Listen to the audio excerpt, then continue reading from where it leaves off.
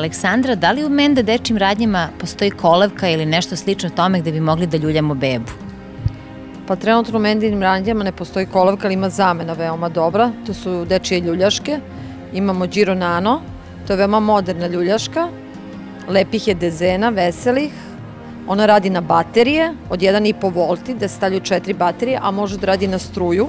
Uz nju dobijate adapter.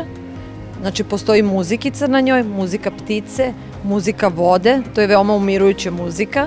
Znači, postoje LED svetla, na njoj imate i vrtešku, gde imate male igračkice koja se okreće i dok se beba ljulja, to je umiruje i uspavljuje.